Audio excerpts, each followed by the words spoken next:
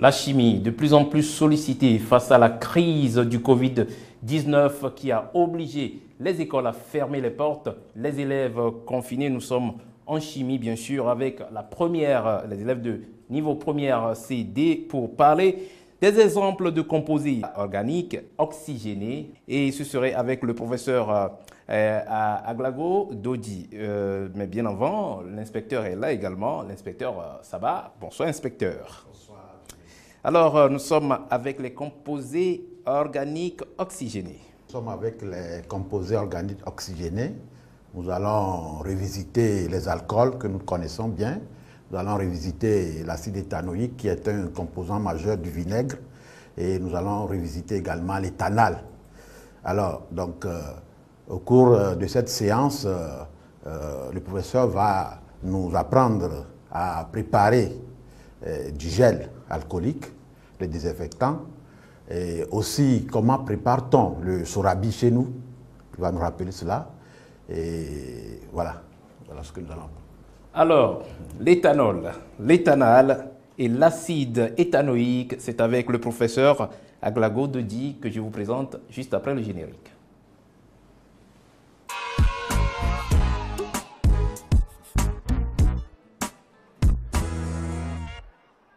Merci beaucoup. Soyez donc les bienvenus, chers amis.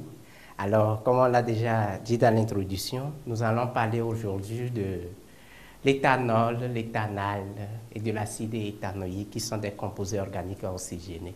Et c'est surtout avec les élèves des classes de première CD. Vous savez, dans les mesures barrières, on nous recommande de se désinfecter régulièrement les mains avec une solution de gel hydroalcoolique.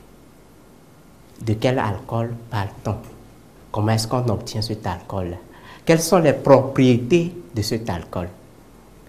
D'autre part, les médecins nous recommandent durant cette période de s'abstenir des boissons alcoolisées afin de maintenir notre système immunitaire au top.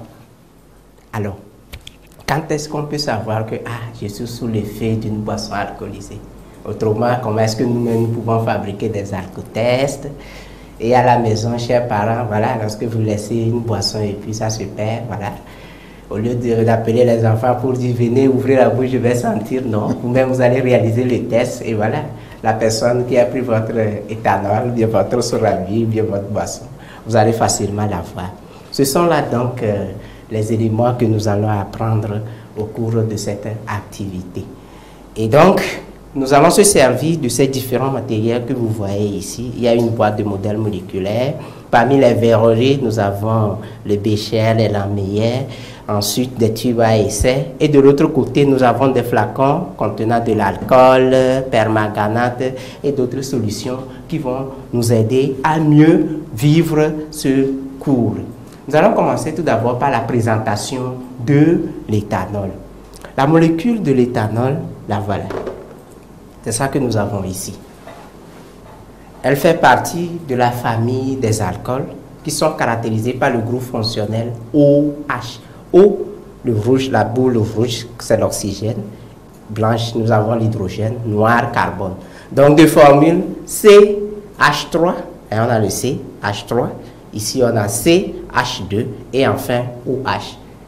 Et lorsque vous allez au niveau, voilà, lorsque vous allez à la pharmacie ou bien dans la boutique d'à côté, si vous dites je veux payer de l'éthanol, souvent ils ont des difficultés parce que le nom commercial c'est plutôt de l'alcool éthylique ou plutôt de l'alcool médical.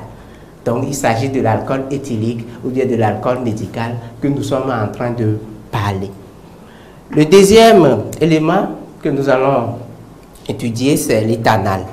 L'éthanal fait partie de la famille des aldéhydes, caractérisée par C, double liaison avec le O, et H par ici. Dans le carbone, double liaison avec le O, et l'hydrogène qui est là.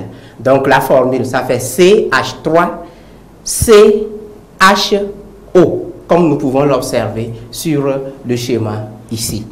Et le nom commercial, c'est l'acétaldéhyde, ou encore aldéhyde acétique, ou encore aldéhyde éthylique.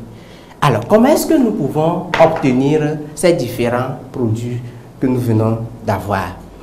Pour ce qui concerne la molécule de l'éthanol, sa préparation, si nous nous retrouvons dans des zones où on a beaucoup de gaz rares, de gaz naturels, tels que l'éthane, tels que l'éthylène, où on peut produire également du pétrole, nous pouvons préparer notre molécule ou bien notre éthanol à partir de l'hydratation d'une molécule d'éthylène. Et à ce moment, nous allons obtenir notre éthanol selon l'équation bilan et les conditions qui sont affichées sur notre petit écran. En réalité, qu'est-ce qui se passe? Si nous prenons l'éthylène, dans la molécule de l'éthylène, les deux atomes de carbone sont liés entre eux par une double liaison.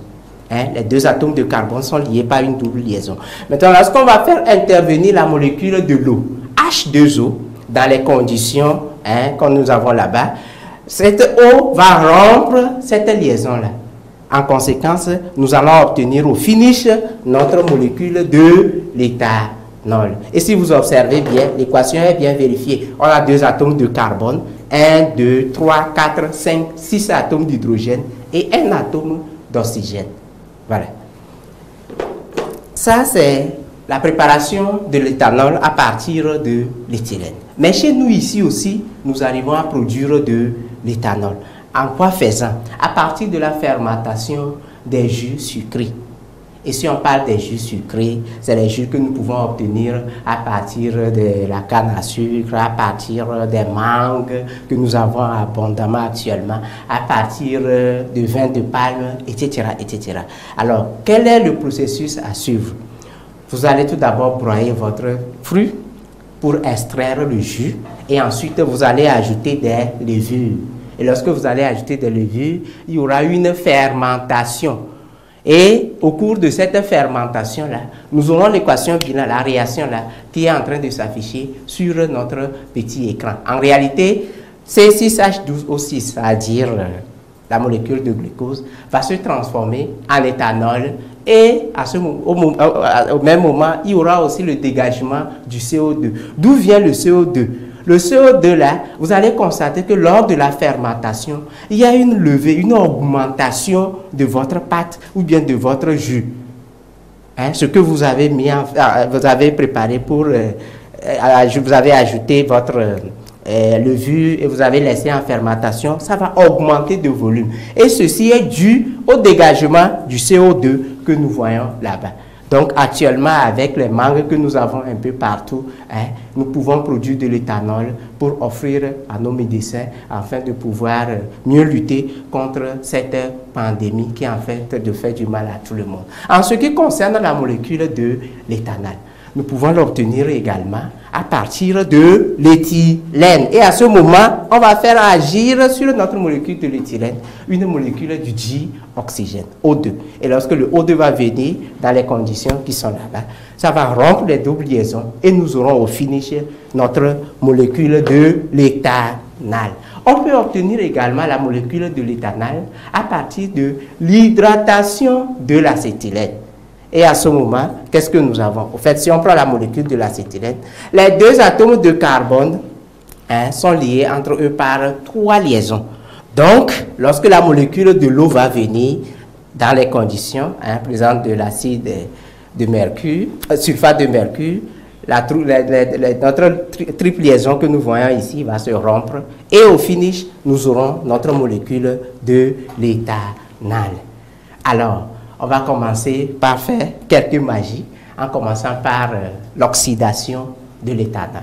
Donc, la combustion de l'éthanol. Est-ce que l'éthanol brûle? Oui, l'éthanol brûle. Et lorsque l'éthanol brûle, quels sont les produits qui se dégagent?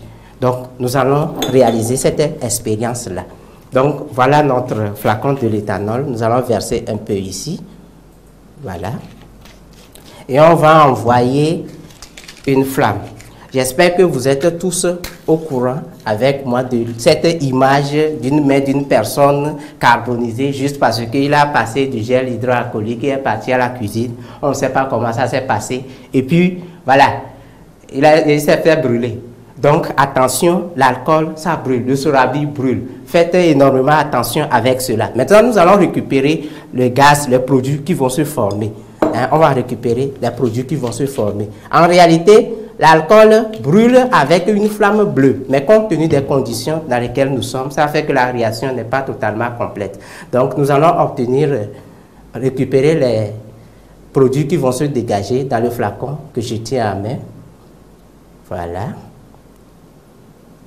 Ok, on va fermer.